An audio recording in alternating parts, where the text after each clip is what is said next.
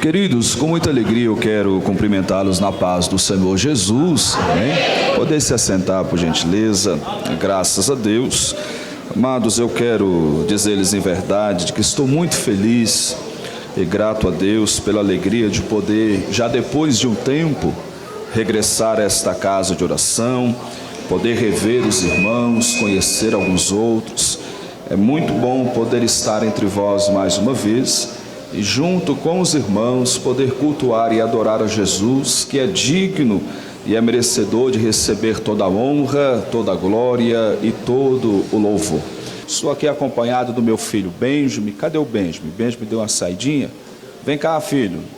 Está aqui o Benjamin. Benjamin é um dos meus filhos, temos 3. A Manuela, que fez agora dia 21 de janeiro 3 anos. O Benjamin fez no mês de novembro 6 anos. Temos também o João Vitor, que já tem 15 anos. Dá a paz do Senhor para os irmãos. A paz do Senhor. Amém. Deus abençoe, viu? Em nome de Jesus. Benjamin, muitas igrejas que eu vou, eu levo ele comigo. Ele gosta sempre de poder me acompanhar. E é bom ter a criança na casa do Senhor, né? Isso é muito bom. Quem trouxe a palavra de Deus, por favor, abra a sua. No Evangelho escrito por Lucas, capítulo de número 5. Nós vamos ler alguns versículos, iniciando pelo de número 17. Certo dia, quando ele ensinava, estavam sentados ali fariseus e mestres da lei, procedentes de todos os povoados da Galileia, da Judeia e de Jerusalém. E o poder do Senhor estava com ele para curar os doentes. Vieram alguns homens trazendo um paralítico numa maca e tentaram fazê-lo entrar na casa para colocá-lo diante de Jesus. Não conseguindo fazer isto por causa da multidão, subiram ao terraço e o baixaram em sua maca, através de uma abertura, até o meio da multidão, bem em frente de Jesus. Vendo a fé que eles tinham, Jesus disse: homem, os seus pecados estão perdoados. Os fariseus e os mestres da lei começaram a pensar: quem é esse que blasfema? Quem pode perdoar pecados a não ser somente Deus? Jesus, sabendo o que eles estavam pensando, perguntou: por que vocês estão pensando assim? Que é mais fácil dizer: os seus pecados estão perdoados, ou levante-se e ande? Mas, para que vocês saibam que o Filho do Homem tem na terra autoridade para perdoar pecados, disse ao paralítico: eu lhe digo, levante-se, pegue a sua maca e vá para casa. E imediatamente ele se levantou na frente deles, pegou a maca em que estivera deitado e foi para casa, louvando a Deus. Todos ficaram atônitos e glorificavam a Deus, e cheios de temor diziam: hoje vimos coisas extraordinárias. E quantos entenderam, digam amém. Queridos, esta história contada aqui pelo evangelista Lucas, ela também foi contada pelo evangelista Mateus, e no seu evangelho esta história está no capítulo de número 9, dos versículos de número 1 até o de número 8. Esta história também foi contada pelo evangelista Marcos, e no seu evangelho ela está registrada no capítulo de número 2, dos versículos de número 1 até o de número 12. Quando nós lemos esta história contada por esses 3 evangelistas, nós encontramos informações complementares que nos ajudam a ter um bom entendimento, uma boa compreensão do que se passou aqui neste episódio. Eles nos contam que certo dia Jesus está em uma cidade chamada Cafarnaum, na casa dos seus discípulos André e Pedro. André e Pedro eram irmãos e eles tinham uma casa na cidade de Cafarnaum. Quando nós lemos o Evangelho de Marcos, no capítulo de número 1 e o seu versículo de número 29, o texto fala sobre isto, que Pedro e Tiago tinham uma casa em Cafarnaum. É bem possível que todas as vezes que Jesus ia à cidade de Cafarnaum, ele repousava nesta casa dos seus 2 apóstolos. A cidade de Cafarnaum ficava ela localizada ao norte do mar da Galileia, mar este conhecido no Antigo Testamento como mar de Quinerete, mar este chamado por Mateus e por João de mar de Tiberíades, e chamado por Lucas de lago de Genezaré. Jesus, embora estivesse na região da Galileia, ele tem acompanhando, seguindo em suas cruzadas, em suas viagens missionárias, pessoas de diversas localidades. O texto nos informa que estava junto dele pessoas do entorno da Galileia, pessoas vindo da região sul da Palestina, que era a Judeia, e da capital Jerusalém. O texto bíblico diz que Jesus entra nesta casa e a multidão entra com ele. E é tanta gente que a casa está plenamente cheia. Todos os cômodos da casa estão cheios, estão repletos daqueles que desejam ter um momento com Jesus. O texto bíblico nos diz que entre estas pessoas estavam 2 grupos distintos, que eram os mestres da lei e eram também os fariseus. Os mestres da lei eram aqueles que substituíram os escribas. Eles tinham a função de interpretar a lei de Deus, de ensinar a lei de Deus e de estudar continuamente a lei de Deus. Os fariseus eram aqueles que integravam este partido, que era um partido político, porém de cunho religioso, e eles eram reconhecidos pelo povo como os guardiões da lei.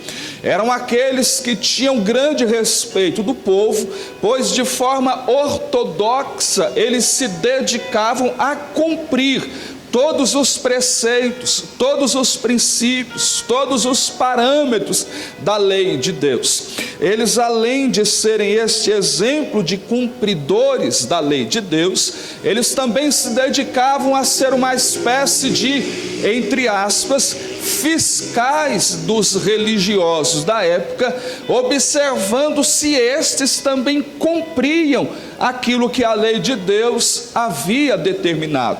Muitos dos mestres da lei também integravam o partido político dos fariseus.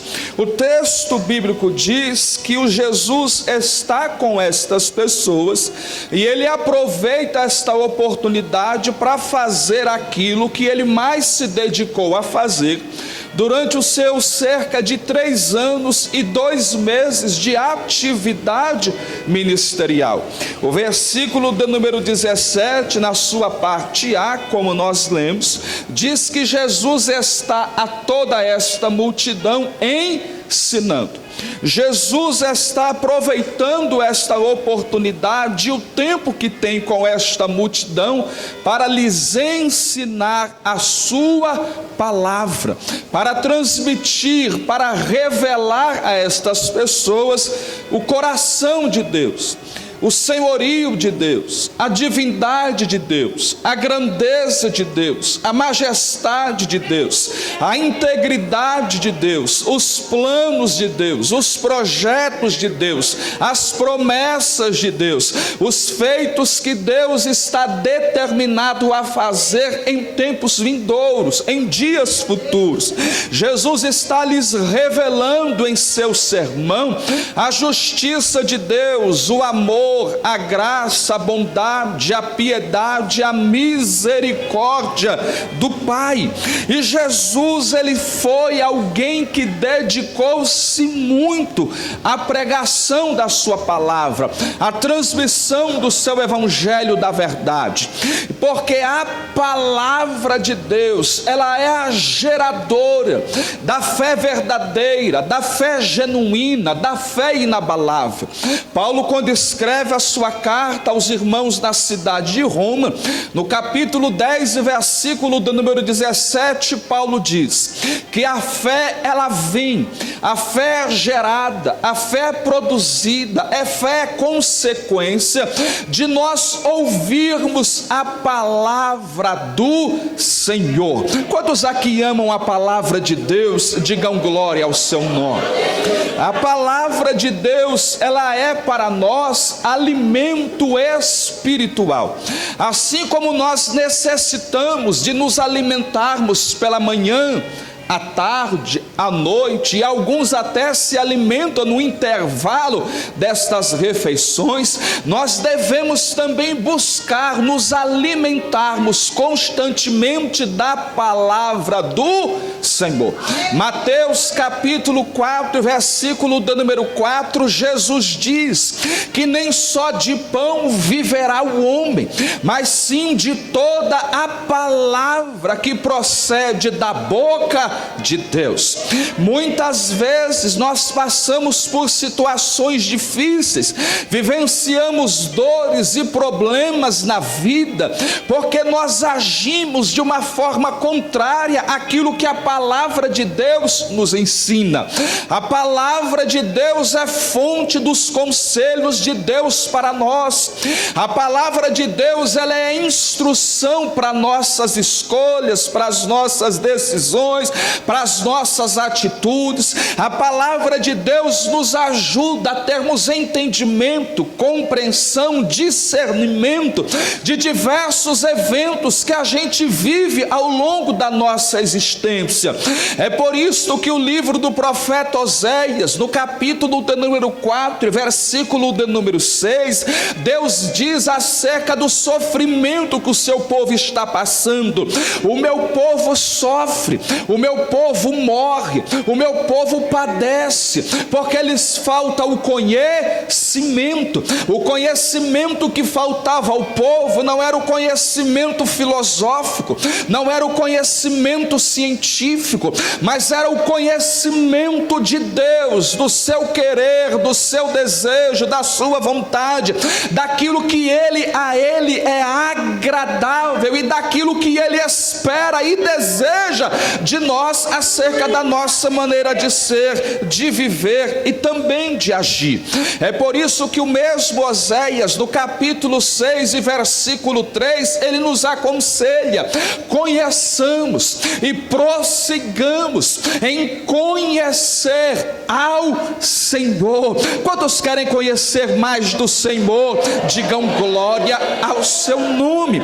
E a palavra de Deus nos revela não tudo sobre Deus, mas ela nos revela tudo aquilo que a gente precisa saber sobre Deus. O demais sobre Deus nós saberemos, nós conheceremos, nós entenderemos quando nos encontrarmos com Ele e com Ele estarmos para sempre. Paulo diz que aqui nós conhecemos muitas coisas em parte, mas quando estivermos com Ele, conheceremos, saberemos e entenderemos todas as coisas, porque Ele mesmo nos revelará e nos explicará sobre tudo. Quantos desejam este dia? Digam glória ao nome de Jesus. A palavra de Deus é diferente das palavras de todo e qualquer outro livro, porque as suas palavras são palavras que têm vida. O escritor da carta aos Hebreus, no capítulo 4, versículo 12, diz que a palavra de Deus, ela é viva e ela é eficaz. A palavra de Deus, no seu tempo oportuno, ela vai trazer a nós tudo aquilo que ela propõe para a nossa vida. O livro do profeta Isaías, no capítulo 55, versículo 11, diz que a palavra de Deus, ela não voltará atrás vazia, mas antes ela produzirá o fruto para qual está sendo determinada. Deus é Deus que Ele tem compromisso com a sua palavra. A palavra de Deus nos ajuda, ela contribui para que nós vivamos em Deus uma vida de santidade. O Evangelho de João, no capítulo 17, versículo 17, Jesus, em sua oração ao Pai, ele diz: Pai, santifica-os na verdade, a tua palavra é a verdade. A palavra de Deus nos ajuda neste processo de santificação, porque nela não há engano, não há ilusão, não há mentira, não há falsa esperança ou expectativa daquilo que Deus não possa fazer, porque a palavra de Deus, ela é verdadeira, digna de toda confiança e de toda aceitação por cada um de nós. A palavra de Deus nos ajuda para que nós tenhamos em Deus força para resistirmos a toda forma de tentação que nos for apresentada, a vencermos tudo aquilo que o diabo nos apresente como algo que seja reprovável por Deus, que seja pecaminoso. O salmista, no Salmo 119, o verso 11, ele diz: eu guardei a tua palavra no meu coração, para que eu não peque contra ti. A palavra de Deus, ela nos ajuda a nós termos a direção de Deus, de onde ir, do que fazer, de como fazer. O Salmo 119, no verso 105, o salmista disse: lâmpada para os meus pés e luz para o meu caminho é a tua palavra. A palavra de Deus, ela transforma o nosso coração, ela molda o nosso caráter, ela age no nosso temperamento, na nossa personalidade, para que nós sejamos lavados, limpos e purificados de tudo aquilo que não é de Deus para a nossa vida. No Evangelho de João, no capítulo 15, versículo 3, Jesus diz aos seus apóstolos, aos seus discípulos: vós já estáis limpos pelo poder da palavra que eu vos tenho pregado. Aquele que tem a vida na palavra e a palavra está viva em si, ele tem livre acesso para fazer pedidos ao Pai, tendo a confiança e a expectativa da iminência da resposta. Em João capítulo 15, versículo 7, Jesus diz: se vós estiverdes em mim e as minhas palavras estiverem em vós, então pedirei tudo aquilo que quiserdes e isso vos será feito. A nossa vida, segundo a instrução da palavra, nos leva a sermos bem-sucedidos naquilo que nos propusermos a empreender.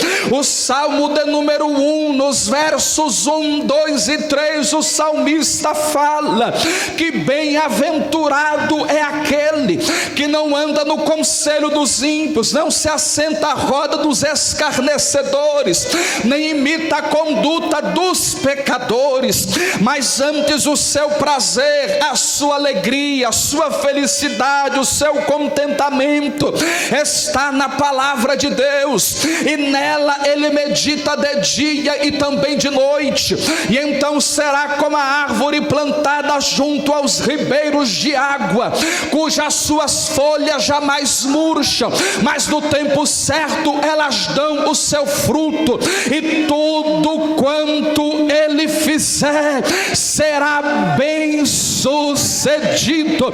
Quem quer ser bem sucedido aqui, vivamos de acordo com a palavra palavra do Senhor. Quando Deus vai falar ao substituto de Moisés, o sacerdote Josué, Deus diz a ele em Josué capítulo de número 1 e o versículo de número 6, Deus diz a ele: Josué, seja forte, seja corajoso. No versículo 7 Deus fala de novo: seja forte, seja corajoso e tenha o cuidado de viver de acordo com a minha palavra, dela não te desvie para a direita, dela não te desvie para a esquerda, mas que você viva na minha palavra, porque se assim você fizer, você será bem sucedido.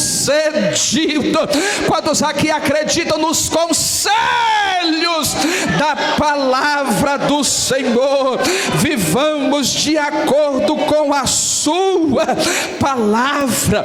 Jesus um dia contou em Mateus capítulo 7 versículo 24 uma parábola do homem prudente e do homem que era imprudente.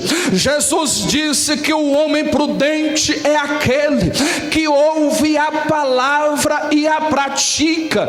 O homem imprudente é aquele que, embora ouça a palavra, não a pratica.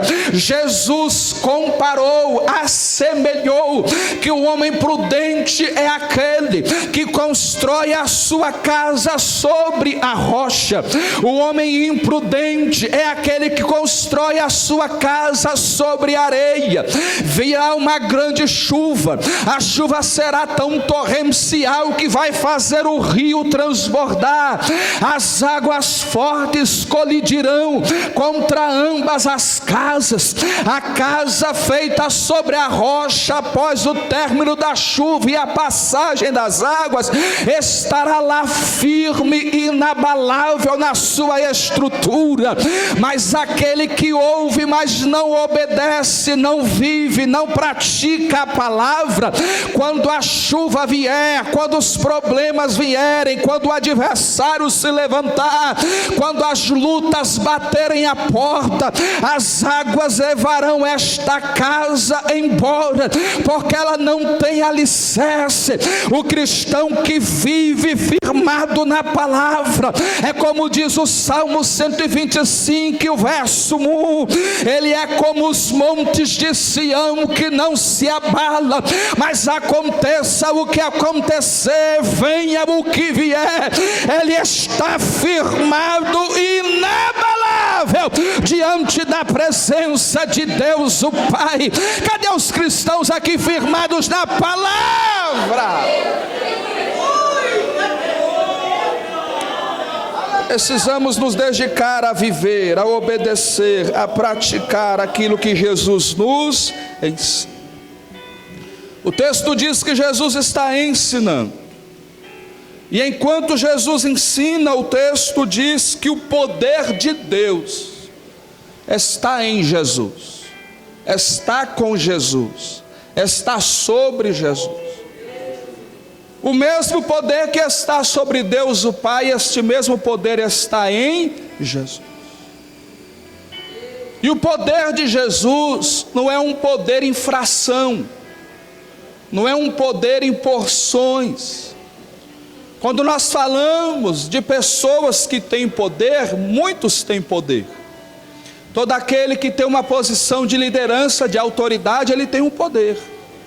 Um político tem um poder, um policial tem poder, um juiz tem poder, um grande empresário tem poder, um industrial tem poder, um bancário tem poder, mas são poderes territoriais, são poderes pontuais, momentâneos, passageiros e limitados.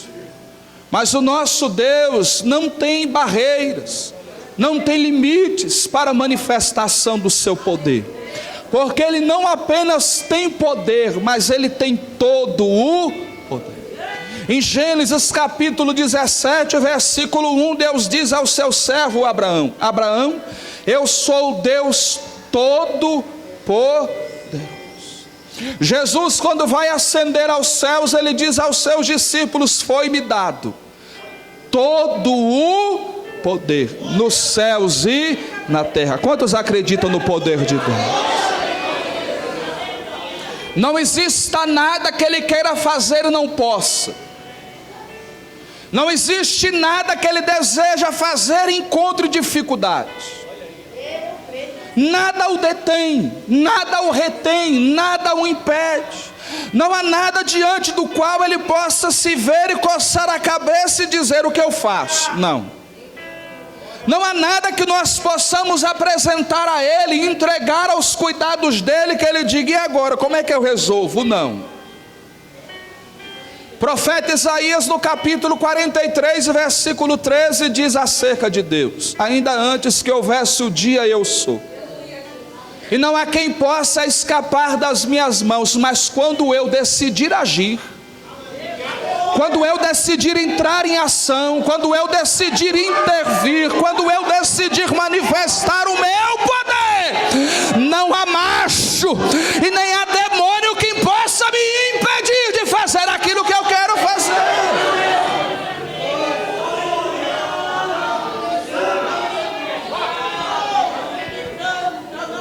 Todos nós somos frágeis, somos pequenos, somos fracos, somos limitados.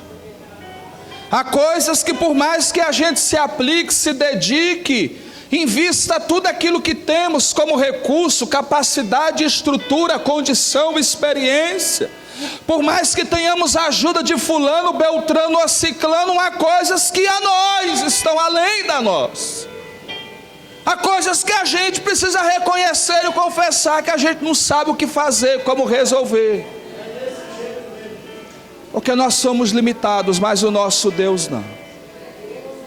Ele tem todo o poder. Quantos acreditam no poder dele? Então, não se entristeça, não se abata, não se inferiorize, a despeito da opinião de A, de B e de C, que pode pensar ou dizer que acabou, é o fim, deixar para lá, esquece, não tem mais jeito. Ainda que a gente não saiba como fazer, Ele sabe. Ainda que a gente não possa resolver, Ele pode. Ainda que a gente não possa mudar, transformar uma situação, circunstância ou a vida de alguém, Ele pode. Está além de nós, mas está ao alcance dele. Fugiu ao nosso domínio, fugiu ao nosso controle, fugiu à nossa capacidade, mas está ao alcance e sujeita à ação do seu poder.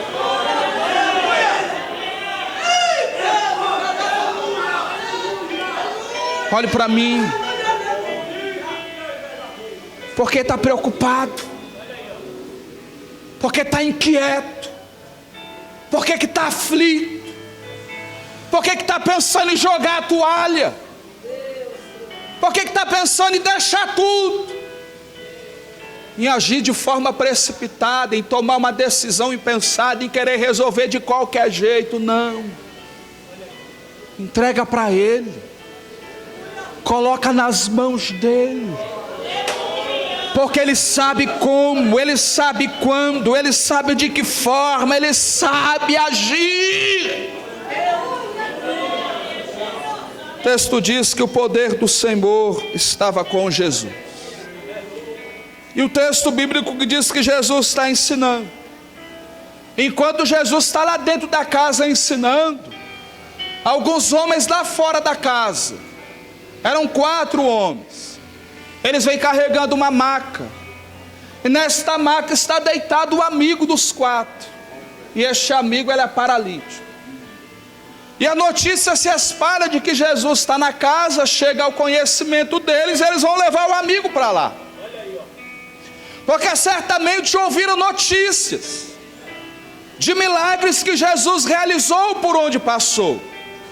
Certamente ouviram dizer que cegos enxergaram, mudos falaram, surdos ouviram, coxos, paralíticos, aleijados andaram, mortos foram ressuscitados. Eles sabem que Jesus agora está ali em Cafarnaum, e eles vão levar o amigo paralítico para colocá-lo no diante de Jesus, para que Jesus também manifeste sobre ele o seu poder.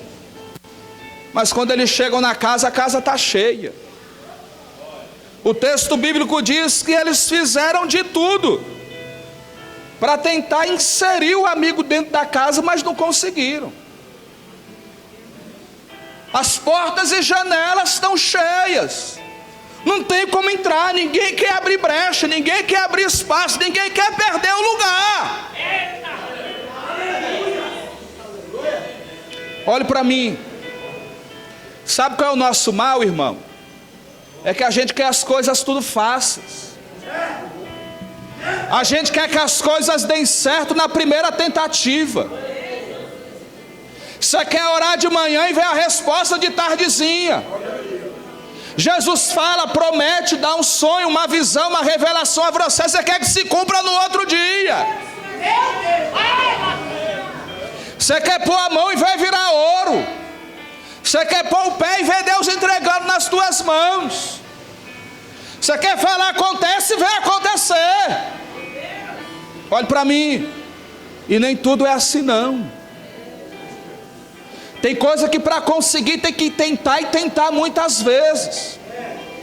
Tem coisa que para dar certo você tem que antes sofrer perdas, ter erros, tem não dar certo, ter prejuízo, quebrar a cara, ouvir crítica, ficar um tempo no anonimato. Nem tudo acontece do dia para a noite. Tem hora que você vai investir tudo e não vai acontecer. Você vai fazer de tudo e não vai acontecer. Você vai dar o seu melhor e não vai acontecer. Você vai tentar 1, 2, 3, 4 e não vai acontecer. Eles estão tentando de todo jeito e não conseguem. Mas eles estão determinados. Quem deseja alcançar os sonhos? Quem deseja ver as promessas se tornando realidade? Olhe para mim. Deus não tem compromisso com gente frouxa. Deus não tem compromisso com gente covarde, medrosa e crente dodói. Olha para o irmão e diga, meu irmão, para de ser dodói, meu irmão. Diga, para de ser dodói.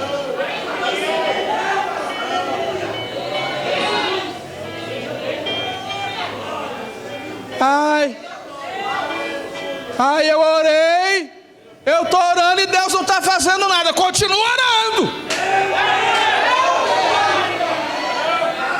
Eu estou adorando e não continua acontecendo. Continua adorando. Eu estou servindo, continua servindo. Eu estou fazendo, continua fazendo. Eu estou buscando, continua buscando. Eu estou trabalhando, continua trabalhando. Eu estou estudando, continua estudando. Continua.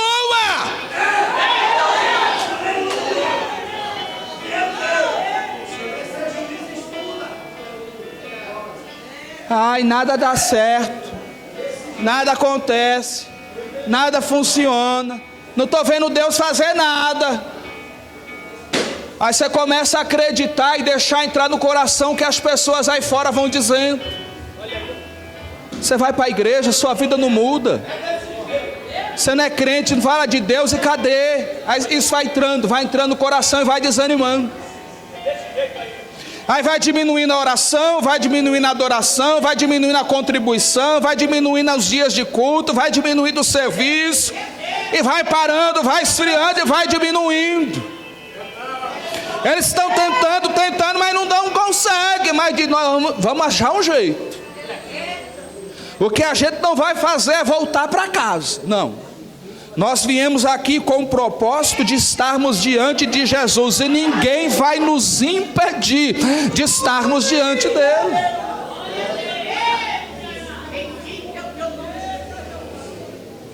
Olhe para mim, não desiste não, não se entrega não, não se dá por vencido não, não se conforme nem se acostuma não. Continua buscando, Continua clamando, continua acreditando, continua tentando, porque Deus vai honrar a fé, Deus vai honrar a perseverança, Deus vai honrar a tua busca. Quantos acreditam que há um Deus do céu que honra a fé daqueles que nele acreditam?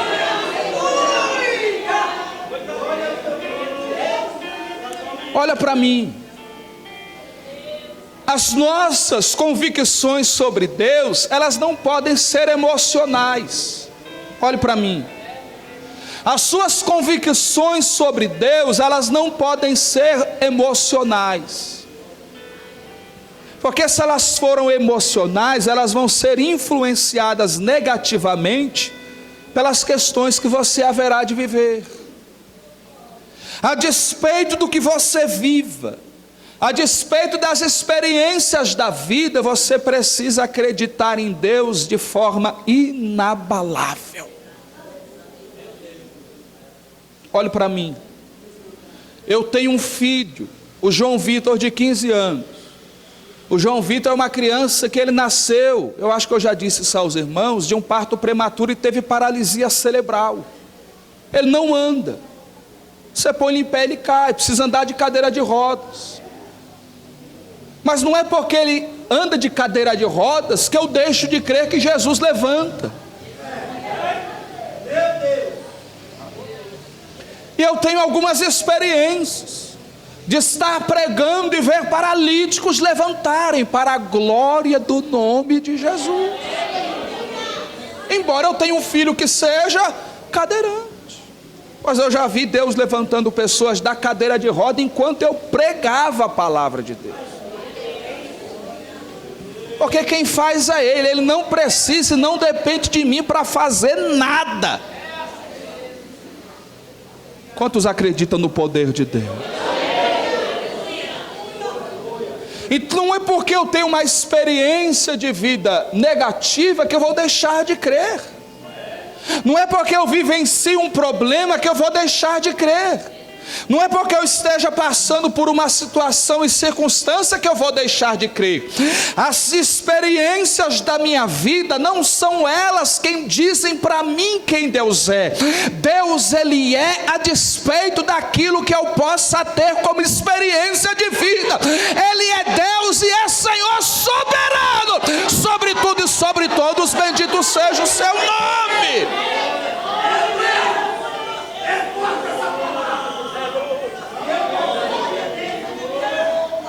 E o texto bíblico diz que os meninos estão buscando uma alternativa.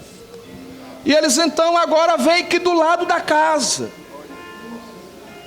tem alguma coisa. E eles utilizam esta alguma coisa para subir no telhado da casa. As casas na Palestina, o seu telhado, ele era um telhado plano.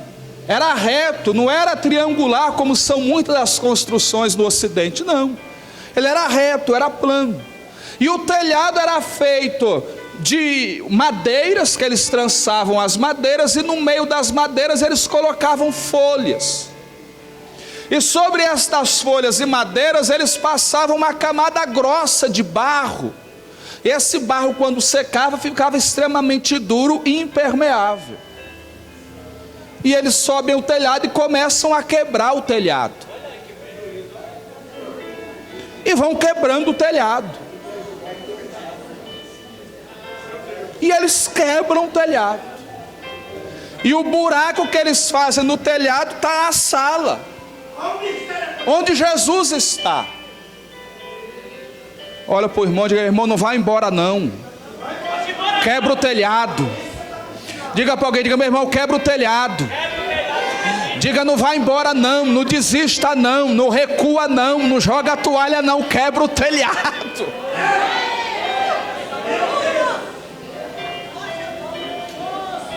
E eles descem o rapaz pela maca, pelo buraco que fizeram no telhado diante de Jesus.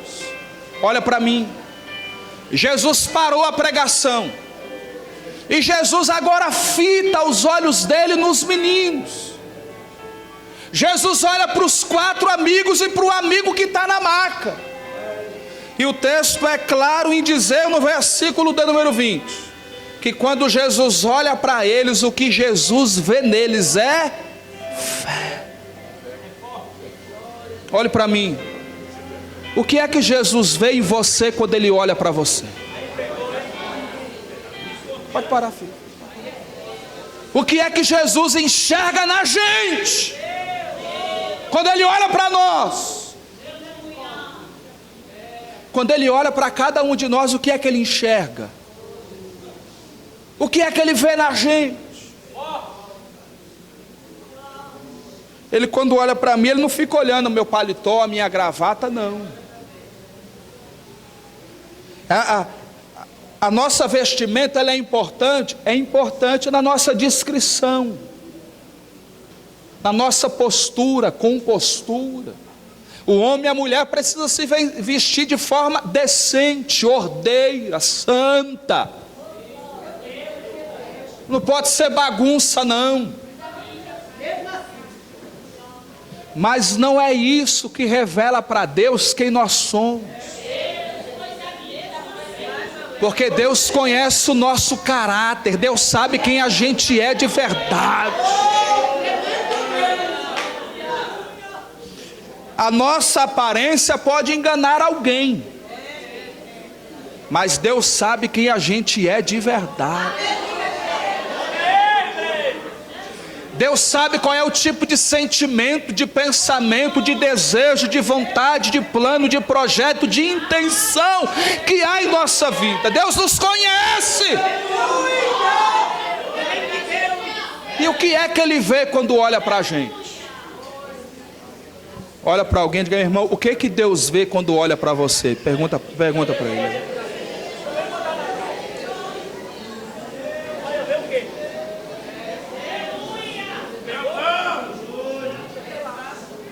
Olhe para mim. Jesus, quando olha para eles, viu neles fé. E Jesus não pergunta nada para eles. Jesus não pergunta: o que é que vocês querem, o que é que vocês vieram fazer aqui, por que é que vocês estão abrindo o telhado, o que é que está acontecendo. Ele não diz nada. Nossa irmã ali diz que eles quebraram o telhado de uma casa que não era deles e deram para o proprietário da casa um grande prejuízo. Jesus não disse nada disso para eles. Vão ter que pagar a conta, vão ter que ressarcir, vão ter que construir, ter que reformar. Por que vocês estão fazendo isso? Jesus não disse nada. Olhe para mim. Quando Ele vê em nós aquilo que Ele procura, Ele não pergunta nada.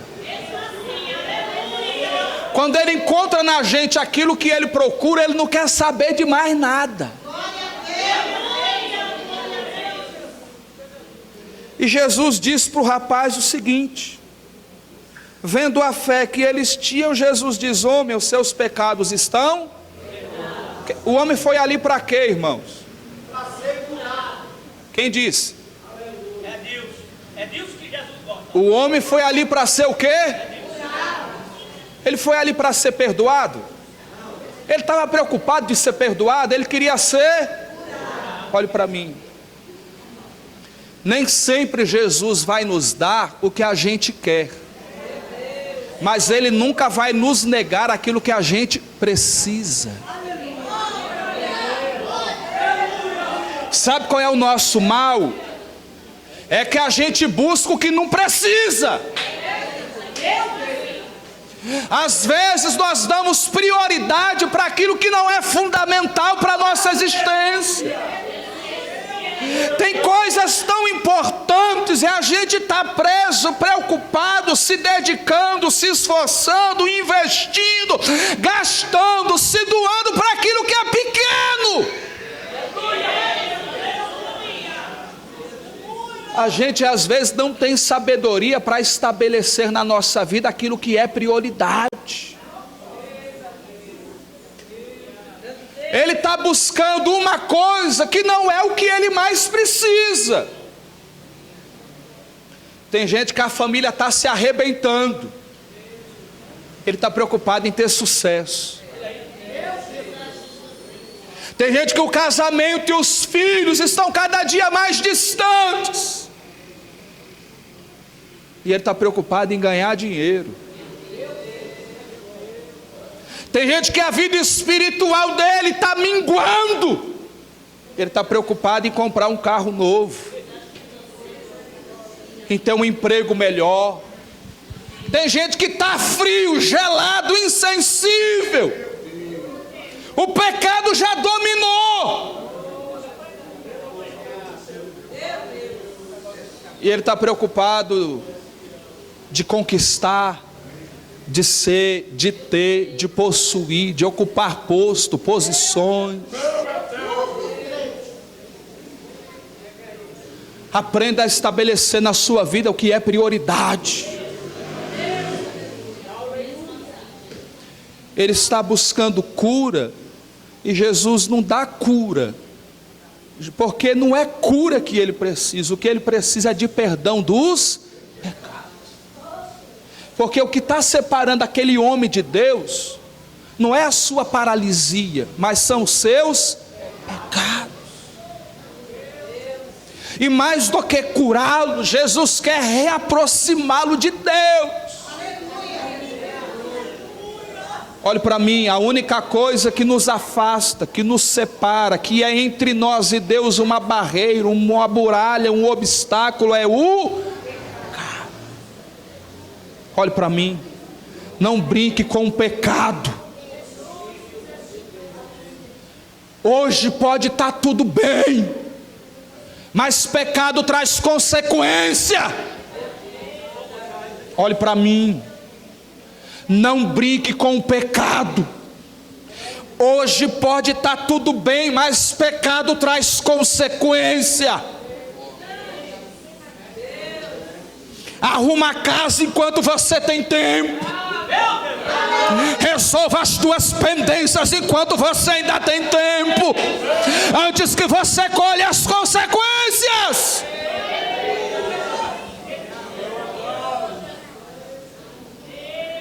E Jesus disse para o moço: os teus pecados estão, por causa das maldições que estão reveladas na lei. As doenças estavam muito ligadas a práticas de pecado.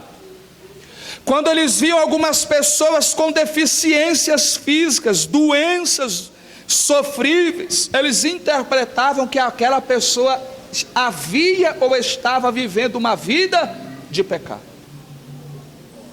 E é o que se aplica a esse moço. A paralisia dele é consequências dos seus pecados. Olhe para mim, tem hora que a gente quer passar a mão, a gente quer esconder debaixo do tapete, a gente quer só dar um jeitinho, quer dar só uma suavizada, quer só melhorar a aparência, quer só dar uma aparência de que está tudo bem. Só que Jesus, irmão, ele não cuida da aparência, ele quer cutucar a ferida para sarar a ferida. Jesus, ele não suaviza problema, ele quer dar um basta no problema. E às vezes, para mudar algumas coisas da nossa vida, a gente tem que deixar Jesus cutucar a ferida. E Jesus diz para o moço: os teus pecados estão perdoados. E aí os religiosos que estavam ali não disseram nada, só pensaram. Olha para o irmão e diga: meu irmão, mas Jesus lê pensamento. Diga: mas Jesus lê pensamento.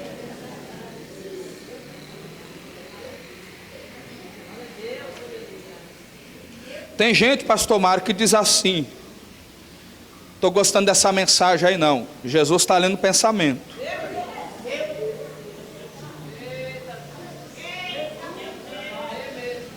Quem crê que Jesus lê pensamento? Ele lê pensamento. E Jesus lê o pensamento e diz para eles: por que vocês estão arrazoando isso em vossos corações? O que é mais fácil para mim? Dizer para o paralítico que os pecados dele estão perdoados, ou mandar ele levantar e andar?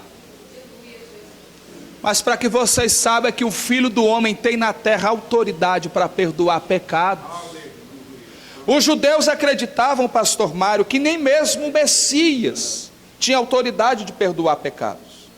Os judeus acreditavam que o Messias não podia perdoar pecados, que perdoar pecados é uma prerrogativa de Deus o Pai. Mas Jesus diz, o Pai pode e eu posso também. E para vocês saberem que eu posso, eu digo ao paralítico, paralítico, pega a maca, levanta, põe a maca nas costas e vai para casa andando. Quantos creem que ele faz milagres? Quantos acreditam ele faz? Ele faz. Ele faz. Ontem eu estava em uma igreja, na Vila Natal, depois do Jardim Varginha. Alguém conhece a Vila Natal? Perto do Jardim São Bernardo. Fui pregar numa igreja ontem. E lá tinha uma jovem que sofria com dores no joelho há muitos anos. E Deus me revelou a dor no joelho dela. Parou de doer. Uma senhora que sofria com dor na coluna, já tinha feito de tudo e a dor não parava. Parou de doer. Um senhor que tinha uma dor na região do umbigo, que com remédio continuava doendo e parou de doer. Uma senhora que sofria de uma dor na cabeça, já tinha feito cirurgia e não resolveu e continuava doendo, parou de doer. Quantos creem que o poder do Senhor está conosco aqui esta noite?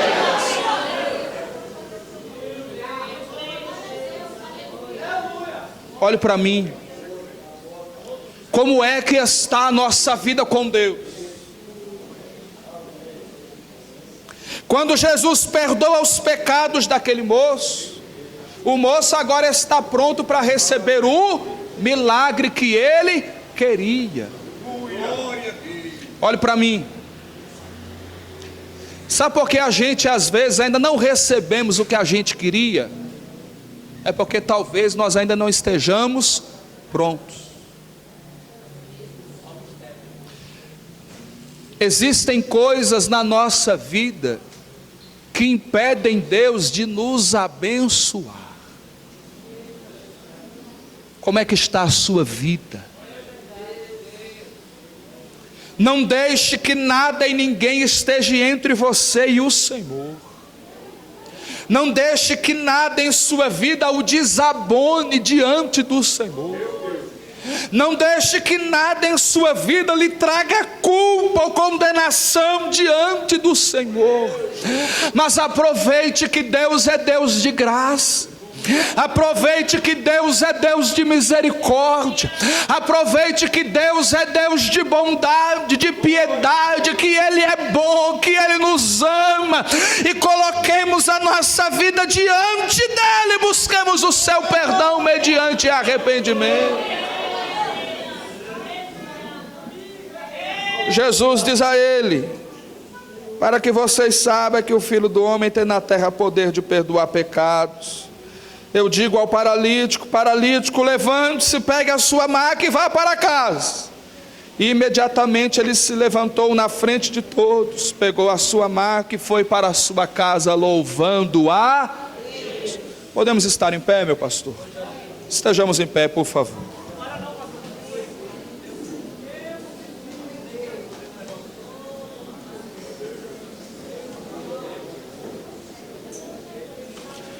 Olhe para mim, meus irmãos, olhe para mim. Eu tenho aqui, meu tempo eu tenho mais 10 minutos. Pastor, eu posso fazer uma oração? Posso? Olhe para mim, irmãos. Quem tem algum tipo de doença, de enfermidade, sente alguma dor no corpo, sai do seu lugar e vem aqui para frente.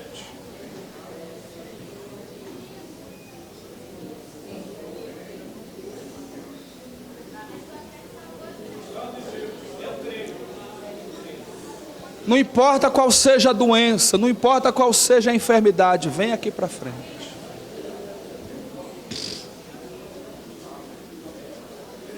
Quantos creem que o nosso Deus é Deus que cura? Ele é. Chega para frente, os irmãos chegam. Irmão, pode chegar pertinho, eu estou cheiroso. Eu tomei banho antes de sair de casa, eu tomei banho, passei perfume. Pode chegar perto aqui que eu não estou fedendo não, pode chegar pertinho. Isso. Você que diz assim: pastor, eu estou enfrentando uma situação muito complicada, eu estou passando por um problema muito difícil, pastor, o que eu preciso é de um milagre. Então sai do seu lugar e vem aqui para frente.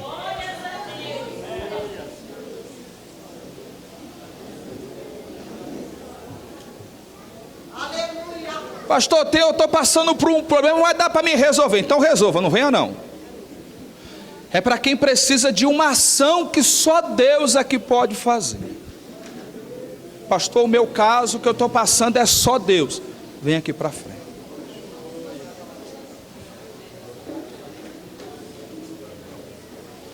Abra a mão de vocês aqui. E feche os olhos, todos vocês aqui na frente. Abra a mão e feche os olhos.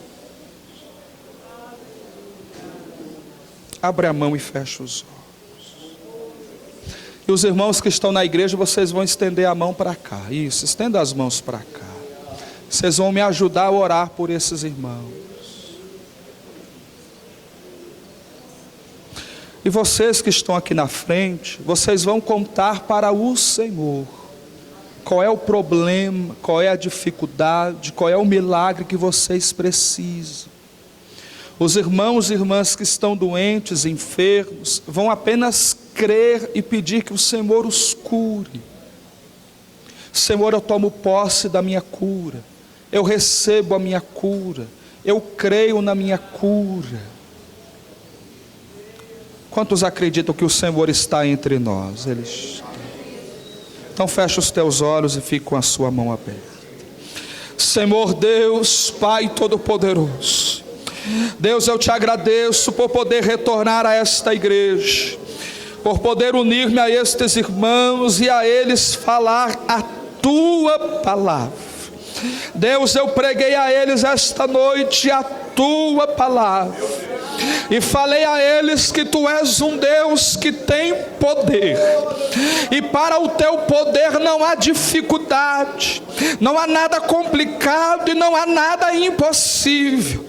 Deus, a tua filha louvou aqui esta noite que tu és o Deus do impossível, que o Senhor é o Deus que faz milagres acontecerem.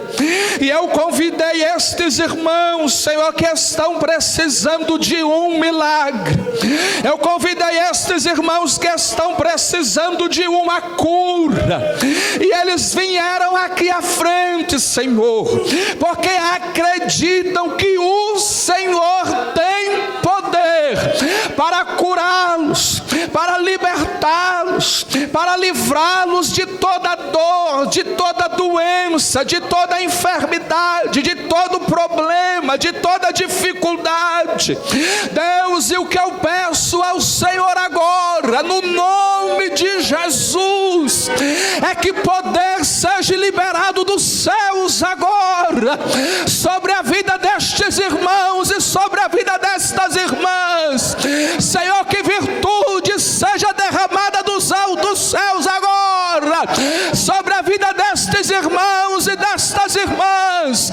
Que poder caia do altos céus agora sobre a vida destes irmãos e destas irmãs, e que milagres comecem a acontecer no nome de Jesus, para a tua glória, Senhor.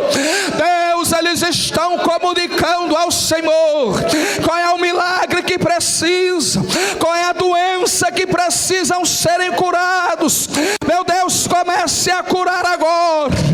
Vai curando, Jesus, vai curando as minhas irmãs, vai curando os meus irmãos, vai tocando agora do alto da cabeça até a planta dos pés, toca nos ossos, toca agora na carne, na musculatura, nos nervos, toca agora em toda a extensão da corrente sanguínea, os vasos, as veias, as artérias, vai tocando agora em cada órgão, Senhor, vai normalizando a pressão arterial, vai normalizando o batimento cardíaco, a função do sistema renal, do sistema digestivo, do sistema cardiorrespiratório. Deus vai agora eliminando a gordura do fígado. Nai, shei, chou, yanaio, lai, sei, chou, canto, camaiui, naraio. Deus vai agora reajustando o funcionamento dos rins agora, meu Deus. Deus, em nome de Jesus, toca nesse pâncreas, Senhor, oh meu Deus. Toca, Senhor, no sistema reprodutivo da tua filha. Toca na mama, toca nas cordas vocais, toca nos olhos, nos ouvidos. Toca, Senhor, em o nome de Jesus, receba a tua cura. Jesus Cristo te dá saúde, receba a saúde, em nome de Jesus. Espírito de doença, espírito de enfermidade, dores pelo corpo, saiam, em o nome de Jesus. Toda doença vai embora, toda enfermidade vai embora, todas as dores pelo corpo, nas juntas, nas articulações, sai agora, em o nome de Jesus. Senhor, nós cremos que o Senhor levou na cruz do Calvário todas as doenças, todas as dores, enfermidades, e pelas suas feridas nós somos sarados. Jesus Cristo te dá saúde, receba a cura agora, seja curado em o nome de Jesus.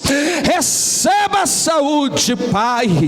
Entra com providência na vida dos teus filhos, visita o lar, visita a casa, visita toda a família, restaura o casamento, restaura a vida dos filhos, entra com providência na vida financeira, envia o recurso, envia a provisão, libera os processos, ó Pai.